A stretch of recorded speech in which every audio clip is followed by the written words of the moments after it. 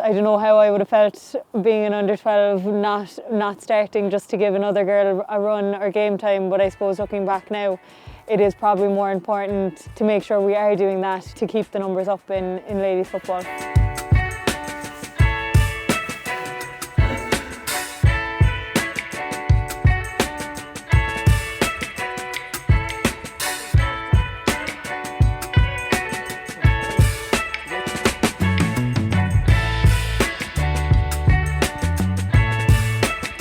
Well everyone, it's great to be here in Dunamore Ashbourne GAA Club today to talk about GAA, our experiences, and I suppose the pressing topic of how do we keep girls involved. African Ruby, thanks for coming out. I suppose my first question to you is, what do you enjoy most about playing Gaelic football here at the club? I love just the experiences, coming out with my friends, get the preparations before a match, and then obviously the feeling after if you win an important match. So it's a great way to clear your head during the week and just meet new people and have loads of different friends from people you wouldn't usually see in schools and everything you can see during the week.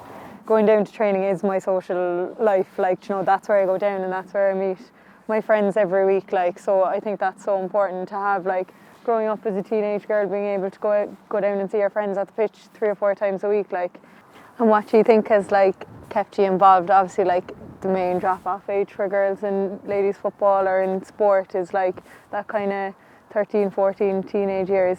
What has kind of kept you wanting to play still? I think my mum, my dad and my sister have had a big role in that, because my sister used to play and I think that's kind of kept me going, and just the people that I surrounded myself with, they're always just talking about it, or I feel like it's just something to talk about just because it's always a big topic, Yeah.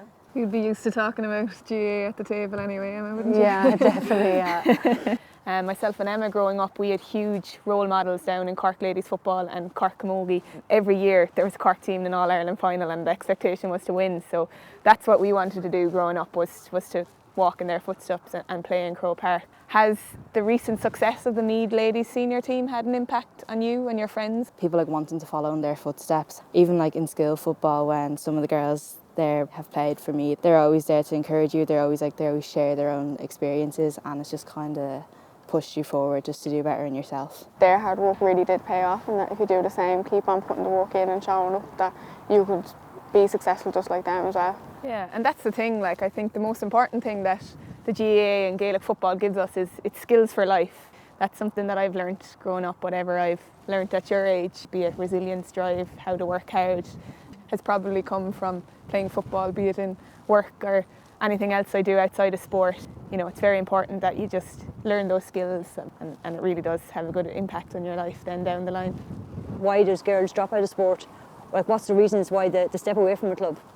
I know in school a lot of girls stopped because they weren't getting enough game time, or they weren't getting started, or they just weren't on the panel at all for it, and they were just fed up with it. They've shown up to training and just weren't getting started, so they just ended it with football. I think equal game time is important, but I don't know, if you're in semi-final or something, I don't really know what I would do in that situation. Or I even remember back playing in under 12 county finals and just thinking that they were the be all and end all, it was my All-Ireland final. There's girls there probably that didn't get a run all year and probably aren't playing anymore, and I think the GAA is coming away from that kind of old school thinking of winning and kind of moving towards, especially underage, more kind of inclusive games and kind of blitz type games. I think it has to be about, especially in ladies sport, keeping girls involved in sport. I think that has to be the most important thing.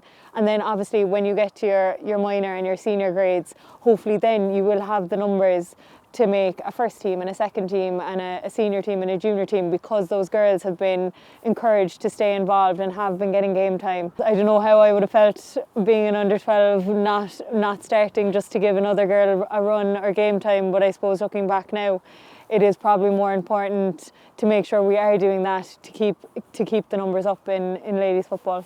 And I guess, Chad, you've big numbers here, 2 under 17 teams, which is huge. How do you get the balance right between keeping the competitive girls achieving those high standards and making sure that the girls that are here for a more social aspect are getting that? Making sure that they all feel like they're being treated fairly, put on a good enough session that they can all progress and try and match their competitive nature where it's there.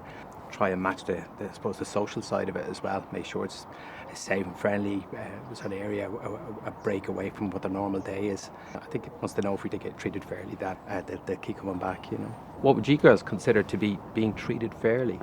Like to make sure you get what you want out of it. Like if you want to be more competitive and you want to walk towards, like, and if winning is super important to you, that you're able to do that. But if it's social and you're just looking for something else to be doing and to meet new people, that you can get that as well. That's the thing, isn't it? When you look back, you know, you could have all the success in the world, and we've been fortunate, we've had some success down in Cork in football and camogie, but what I remember most is always the memories, my friends and the crack. The girls I met, the first time I made a Cork team was when I was, I think, 11 or 12. Met a couple of girls, and well, how old am I now? 26, they're still my best friends, you know. So for me, that's the most important thing about the GAA and the thing I'm most grateful for, you know.